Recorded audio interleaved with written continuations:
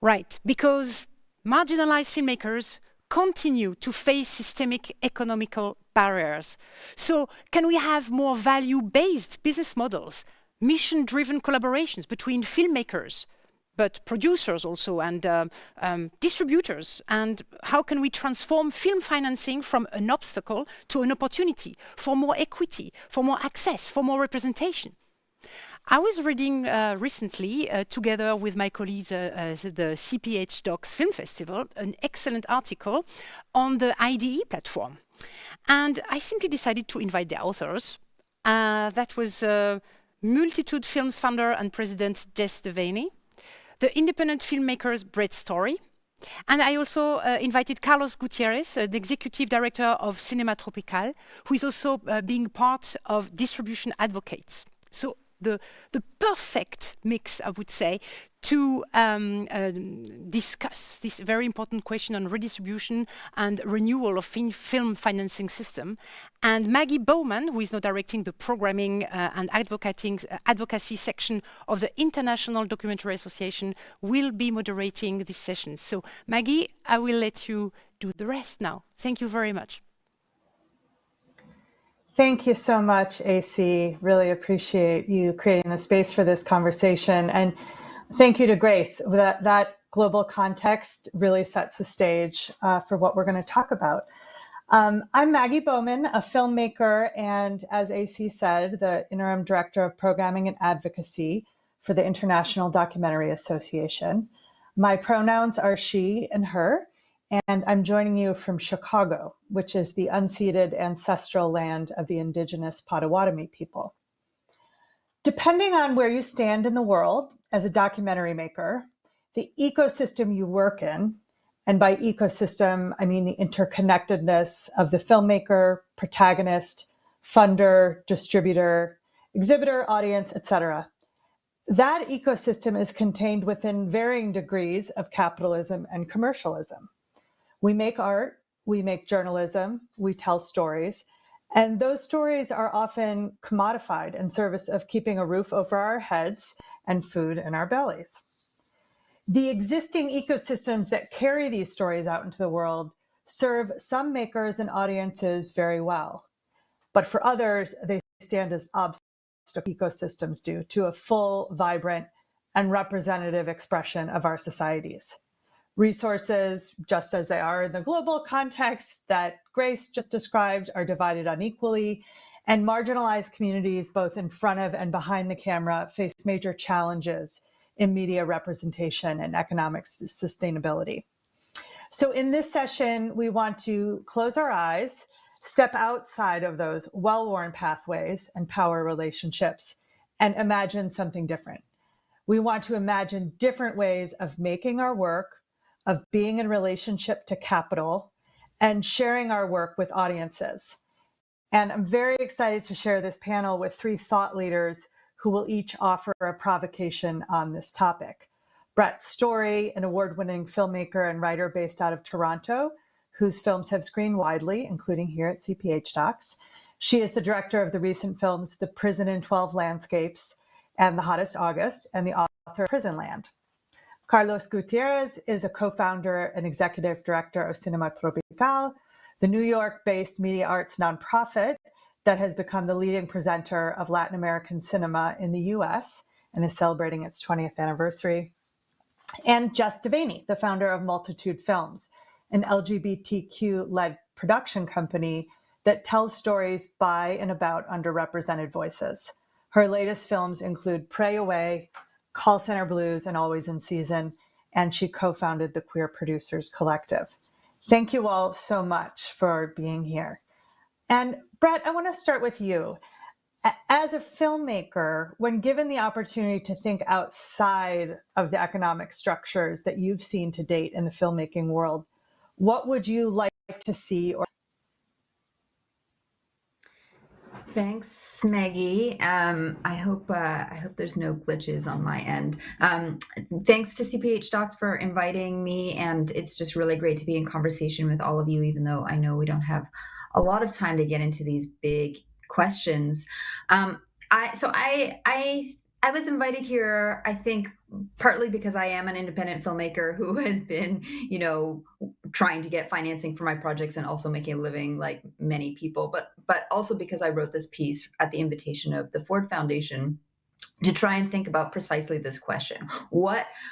Dreaming big, what kind of infrastructures might we build that offer an alternative to the existing economic structures, which in my experience, like most people, I assume, are entirely structured around pitting artists and operators in competitive structures for resources that are held up as scarce. And I don't actually want to say that they're scarce resources. I mean, we know what the executives of big media companies and streaming platforms make. So the resources aren't all that scarce, but we're meant to feel like they're scarce. And we're constantly doing this work of trying to get our tiny little piece of a pie, that even when we do get it, even when we win these competitions for a grant or for an opportunity, they prove in too little to actually offer the possibility of making a living and paying the rent. I mean, that's certainly been my experience,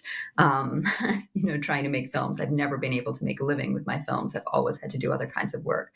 So I wrote this piece, and the idea was to try and think about a kind of collaborative documentary studio structure that wasn't just collaborative in the sense, or cooperative in the sense of bringing together a number of different filmmakers who would work together, but also organized financially and legally outside of a kind of the sort of capitalist logic. And so I took inspiration from the history, the rich history in North America of community land trusts, which are something that were particularly championed and fought for by Black farmers in the United States throughout the 60s and 70s. And the argument I make, and I feel this strongly, is that when we're talking about capital intensive endeavors, I mean, filmmaking is different than other practices in that it takes, if you have people, you have to pay for equipment. There's a lot of infrastructure that makes it extremely expensive. You're immediately setting up terms in which only people who have access to independent wealth can sort of participate, right? They're basically paying to participate. And so the idea of the community, the sort of documentary trust, studio trust modeled on the community land trust, was that, we need a sort of ways to organize resources and pool resources so that they exist both independent of the whims of financial bodies like philanthropists or other funders or corporations, but also outside of the individual prerogatives of the few people that happen to be involved. So the idea of a land trust, like a studio trust, is that something is set aside in a perpetuity that pools together resources, as well as has embedded in its structure a set of values and principles that allow and encourage and enable people to not only operate in collaboration with each other, but also take risks in their making. And I think, the last thing I'll say is that the sort of existing financial model tends to not just put us in competition with each other, but all kind of risk averse in our practice, and preclude the kinds of diversity in form, but also diversity of opportunity that has resulted in the kinds of structural racism and sexism that we see, throughout the film industry, certainly the documentary industry. Thank you so much, Brett. And I do hope, I'd love to get back to that question of how economic and creative practices are in dialogue with each other. And so that there's not just economic benefits, but you're also talking about a way to relate to each other as artists that has creative implications. And I'd love to come back to that. Carlos, as a distributor, you represent another key node in the documentary ecosystem, but you've been actively trying to challenge traditional notions of distribution and exhibition, both in your work at Cinema Tropical as well as through your involvement with distribution advocates. What are you trying to move towards in your work? Well, thanks for the invitation. Lots of topics here. I guess in a very basic level, what drives me, what drives Cinema Tropical, we're a not-for-profit organization, and we're dedicated to promoting films from Latin America and the US, as well as the work of US Latinx filmmakers. So I guess in that sense, just a brief contextualization, because I'm based in the US, but I work with films from Latin America and also US Latinx films, and we're talking in a European conference. So I think it's also important to contextualize the local, the national, and transnational, because they interact at the same time. So, but I think it's important to contextualize. So in that sense, I've been very fortunate to have this double vision of working with Latin America, but also seeing how things work in the US. In that sense, so what drives me is that the fact that Latin America for the past 20 years has been able to create a very thriving ecosystem, putting at the center of the equation the filmmakers. And I think this is key. How can we create more feasible structures where we can place back the filmmakers and the audience at the center of the equation? The problem right now is that we created a very sophisticated system, pretty a monster of a system, where there's the interest of all the intermediaries come first before the filmmakers and the audience. So in that sense, what Cinema Tropical has been doing is trying to serve as a facilitator rather than an intermediary. So for me, that's also key. How do we think ourselves as facilitators, not as intermediaries? In the sense that intermediaries come with their agenda first, and second comes the agendas of the filmmakers and the audience.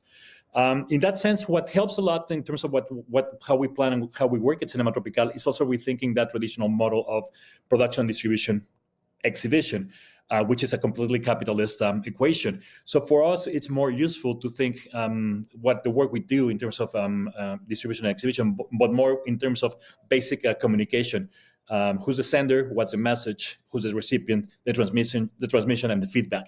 I think for us, that's a more equitable model and a more reliable model of connecting this great work with the audiences. And in that sense, I think it's important to think it's not about reinventing the wheel. It's making case studies of models that have worked. So in that sense, I think Latin America has created a really vibrant model where the creativity of the filmmakers is at the center. So they have different access to different sources of funding. I mean, of course, it's not great some money, but they can grab from private, from public, from local, from international funding, and that allows for them to push the envelope and take risks, which I think is the opposite of what's happening in the US. The money is so limited. There's so much competition that filmmakers it's for filmmaker to take a risk because the risk of failure. The risk of failure is so big, and the possibility of making a second film is very difficult. And just to end up my participation here, what I think Latin America has been great also is separating the production problem from the distribution and exhibition. Distribution and exhibition, because of commercialization, is so difficult, but this access to numerous sources of funding has enabled filmmakers, 30-year filmmakers, 40-year filmmakers, to make 4, 5, 6 films, regardless of what happens to those films. But I think it's a better problem to having great content, having great films, and then trying to find an audience, rather the opposite, rather trying to start from scratch how to create good films. Thank you. I find the simplicity of that communication model very appealing. Who is the sender? What is the message? Who is the recipient? And I think it's a really helpful way of focusing us on the filmmaker and the audience. Jess, you co-founded a production company whose mission is to amplify the voices of underrepresented makers, the makers who have not historically benefited from the existing ecosystem, power structure, and resource allocation. What tools do you use towards that mission? Do you modify existing financial tools? or do you create new ones? Thank you, Maggie and Brett and Carlos. It's just a pleasure to be a part of this conversation. So our team at Multitude produces political documentaries by and about underrepresented voices, and we dedicate a large portion, the majority of our slate, to emerging underrepresented directors. And because of that, we finance the majority of our films independently through a hybrid model of grants and equity investment. And in recent years, through a couple of kind of high ticket sales, there's been a perception of particular tensions between independent documentary, philanthropic resourcing, and sort of the corporate and commercial interests of the market. And I think something that kind of hangs in the middle there is the question around equity investment. And I also just want to take a step back and note that our model is very U.S. centric and focused in the U.S. market, and less relies on kind of international co-productions and things. So just to acknowledge that, particularly given the context of this conversation. So with emerging underrepresented directors, pre-sales, commissions, things like this are really few and far between. And so the model of independent financing is both a necessity and a strategic decision, where the financial independence can enable both creative and political freedom. It favors fair compensation, and it also protects authorship to make sure that the right people are helming a story creatively, and that there's autonomy in the decision making. So this tension between kind of the idea of philanthropic support in relationship to equity investment in the field is a really interesting question in terms of how can we ensure that the goals of the philanthropic donors, continue and are supported throughout the trajectory of production and distribution. And I think one of the things that we've been trying to at Multitude really offer is a way that a model that kind of counters the idea that these two modes of financing are in tension, and actually can show how they're offsetting the risk of the other. And for sure, filmmakers would be in better positions if we were in an industry that had much more philanthropic support, allowing for much more independence. But until we're there, the sort of independent equity investment model combined with the philanthropic resources allows us to raise budgets that make films that can thrive in the market and build the careers of emerging actors. And it's also particularly a way to kind of work in counter or opposition to the obstacles that are in place to keep our voices marginalized. Thank you. I think that the equity investing model, particularly in the U.S. documentary context, it's new enough that, in the documentary space, that makers are really getting used to it and trying to wrap their heads around whether or not it can be a strength or a weakness and so forth. So really appreciate you sort of framing it in that light. We just have, a few minutes for discussion here before we go to the audience and take some questions.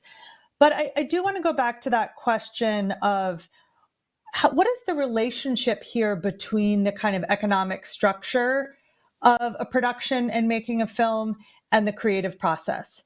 And Brett, I was just struck when you and I talked yesterday that your desire to work in a collective space has economic goals, but also creative and collaborative goals. So there's an interplay in all three of you between these two aspects, and I'd love to hear you speak to that.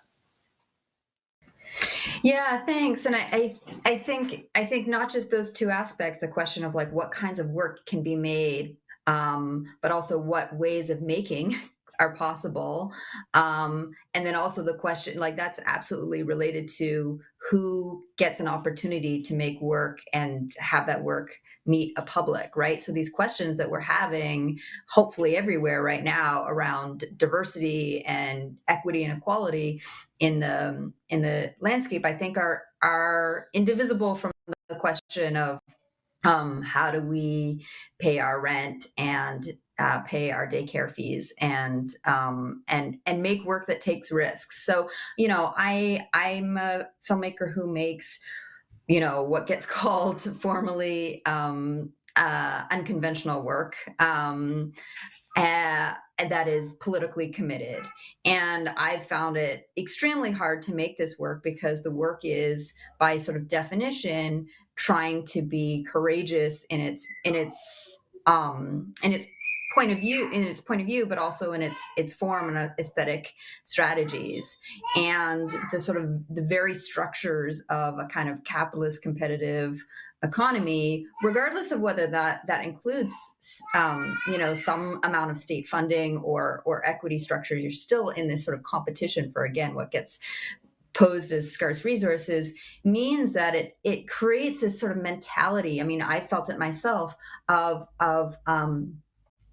trying to figure out how to play the game and figure out the conventions in order to be given the opportunity to even finance a project or access the resource necessary to make a project. And so I just think that when we're talking about ecosystem, we need to talk also about what kind of work can be made under these kinds of conditions. And if we want to get away from a kind of monoculture of one type of film with a certain kind of message or certain way of expressing its message, then this sort of question of how we organize the resources and distribute the resources is central to that. Sorry, and I have a toddler who's crying in the background, and I apologize. Thank you. Carlos, how about in your work, because you talked about this artist-centric approach in Latin America, where do the creative and economic approaches come into, how do they intersect with each other from your perspective? Sure. I just want to also add to what Brett was saying. I totally agree. But I think also there's an important element to it because there's already great work being produced. So for us, the problem we face a lot is validation. That a lot of the most interesting work right now in the world is not being fully validated, or is not even validated at all through the film festivals, and that lack of validation hinders the possibility for the films to get seen, to get any distribution. So a lot of the type of work we do is finding validations and talking about economics and talking about how to rethink the model. A lot of the problem is rethinking the idea of impact. Impact has become such a key word in the documentary world, but there's a lot of work. There's a lot of amazing films that are not being validated, but because of our film colleagues, they don't see the importance, the relevance, because there's also tied to certain metrics, certain neoliberal metrics about what's impactful. So in that sense, it's re-challenging also how we're validating the films and also trying to be very transparent in how we're validating. So a lot of the work we do, and I think it's key, is diversifying the modes of validating the films, and sometimes that means also taking the films out of the film world, because there's a lot of interest in the films, but sometimes the film world can be so self-centered and so tied to certain tropes that, in that sense, doesn't allow for discovering or allowing more challenging work to be seen. Thank you. Oh, and here we have a visitor. Welcome. Jess, I think that the idea of equity financing can feel intimidating for folks because access to capital is something that, for people who have had various structural barriers such as racism and sexism and ableism and classism, these are, that just capital feels very far away. So what is the process when you you're seeing this as a real tool of empowerment to access equity financing? And I'm just curious how you help people who have not always had that kind of access to capital think about going after it and embracing it. Yeah, thank you for raising that and also bringing class into the conversation. I think that's something that we really need to be talking a lot more about in our industry, both in terms of how based on our class background or current kind of class, I'll even say presentation, because there are a lot of ways that we can erase class in like the art industries. And one who was, raised poor and working class, with most of my childhood with a single mom, who's a hairdresser. A lot of the language around this was foreign and intimidating and took a while to get into. And I think it was really through a lot of more political theory and then also really movement work of understanding how values aligned people with resources, artists and movement leaders can work within an ecosystem with shared values around representation, dismantling oppression and hierarchy, and that we're all bringing different and equal resources to that. And it was really, I also want to acknowledge my producing partner, Anya Rouse, who has been really influential in my own thinking around this over time. But I think it also relates to what Carlos was just saying about gatekeepers and validators and moving outside of the film space. I think movement leaders' roles in valuing and validating work with political analysis, even if it doesn't have kind of the triumphalist ending that can be so popular within like the more corporate or commercial side of our industry, is really important. But also, the work of the DPA, which you can speak to much more than me in terms of both demystifying things like equity investment terms, waterfalls, how the mechanisms of this stuff work to empower filmmakers to advocate for terms that are fair and serve the values of their project is a really huge resource in an industry where a lot of this has been opaque, and there can be a real lack of transparency unless we're open to talking about this stuff with each other. And we're open to kind of peer training so that we can gain shared fluency through these barriers. And it's as simple as a lot of the first time directors that we're working with even kind of misunderstanding like what happens if I don't pay back the equity investment. Like, is it like a bank loan? Will my assets be seized? Like really scary questions, which are really understandable and also not at all how investment works in our space. Thank you.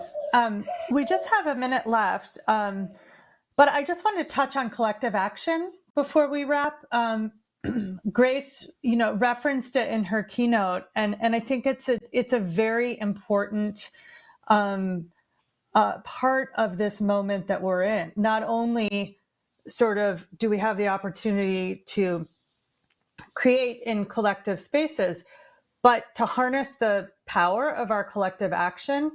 And I'm, just if anyone wants to offer something about that, what role could collective action play in how we decide to transform our documentary ecosystem? Sorry, that's a huge question, but I just want to make sure we brought that part into this. Does anyone want to address that?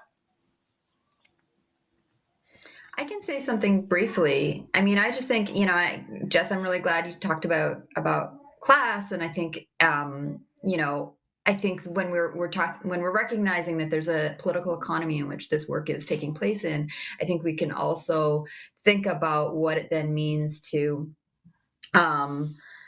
think of ourselves as workers. And I think it's really hard, speaking as an artist, as a filmmaker. I think there's a sort of allergy or something I've seen among my peers to sort of considering ourselves as workers. I think part because we do really enjoy our work and those things are considered like incompatible or something. But what's important about it is to understand that we're providing, I won't use the word content, but the art that we make exists within an economy and someone's making money off of it. And that means we need to be able to activate our collective power to withhold that work, withhold our labor in order to get the kinds of concessions that we know would allow redistribution of resources to be possible and more kinds of makers and making to be possible. So yeah, I'm really actually inspired by historical labor struggles that have made use of traditional tactics and new tactics like strikes, I would love to have a conversation about how we might think about what those terms might look like within the landscape that we're part of. Thank you so much. Unfortunately, we've just run out of time, and I know we've only scratched the surface. So I hope that this was really a series of provocations to hopefully get the audience thinking imaginatively about some solutions, and that we can continue these conversations. So thank you so much to CPH Docs for having us, and thank you to all the panelists for your thoughts. I really appreciate it. Thanks, Maggie. Thanks to everyone. Thanks to all of you. This was wonderful. We know we cannot finish this kind of discussion. So this is exactly what we wanted, like provocations, new ideas, because you have to take that into your own hands, into your own films, and bring that out and make it happen. So that was already an excellent input here. Thank you so much, Maggie and Jess, Brett, and Carlos.